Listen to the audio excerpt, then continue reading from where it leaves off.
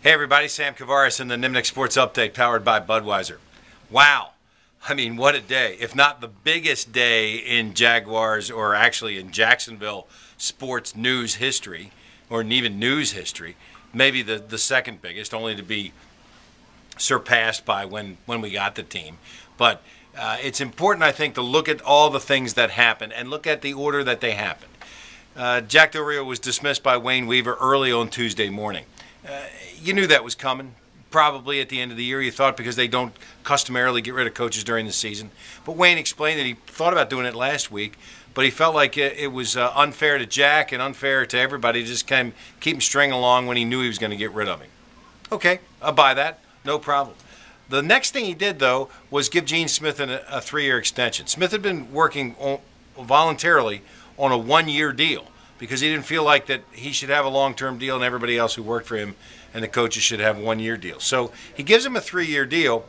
Smith accepts it and gives his people 3-year deals as well, which means that Gene Smith now is going to be the guy that shapes the franchise on the player's side and now on the coach's side, because he's going to be one of the people on the committee of like 2 or 3, Paul Vance, Wayne Weaver, and Gene Smith, who are going to look for a new coach.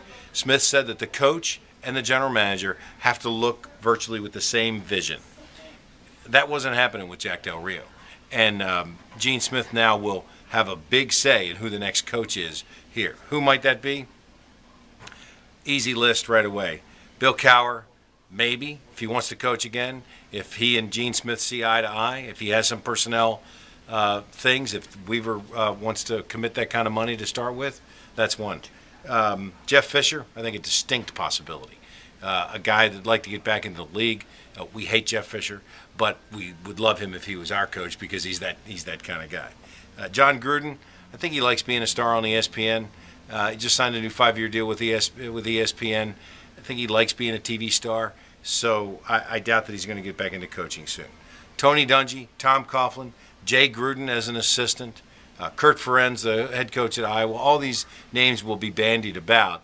And don't be surprised if the Jaguars name a coach like in the first week of January. They're the only team that right now is looking for one, which means that they're the only team that a lot of people, like Bill Cowher and like John Gruden and like Jeff Fisher, will talk to. They won't talk to people who currently have a coach.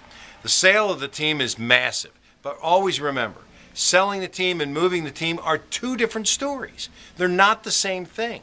They're completely different. Wayne Weaver has told us all along he is going to sell the team. He needs an exit strategy. He found one with this guy, Shad Khan. Khan has already been approved by the National Football League. He had bought 60% of the Rams until one of the minority owners exercised their right to match his bid and take over the team. Khan, by the way, didn't get mad about that. He wished Stan Kroenke well. He knows him well. He said, you know, something good will happen. The owners were pretty impressed by that. So when this all started to happen, Roger Goodell was very, very encouraging to Wayne Weaver. So Khan's going to be the owner. What does that mean? He's going to keep the team here because Wayne Weaver turned down 20 offers and 20 more times to even talk about it because they wouldn't give him assurances that they would keep the team here. Khan, on the other hand, has said that. And everybody I've talked to who knows this guy says he is a man of his word. He's a handshake guy like Weaver, and that we're going to like to have him here in our community. Let's hope so, because Weaver's been a phenomenal owner by all accounts. The only thing they didn't win was win the Super Bowl. Made some bad personnel decisions, and he knows it. But at this point, the team seems poised, and with new ownership and a new coach, I think a lot of people will be excited, and rightfully so. More importantly, thanks to Wayne. Thanks for everything he did, because without Wayne Weaver, we don't get a franchise. The National Football League owners liked Wayne, brought him into their club, and we went along for the ride. So he and Dolores Weaver truly have transformed the community with their philanthropy and how they've conducted business with the Jaguars. Very, very positive thing. Hopefully Shad Khan can live up to that and fill those shoes as well. More on that as it's coming up. This is happening all the time. We'll post as soon as we can, virtually all the time. That's the Nimnik Sports Update, powered by Budweiser.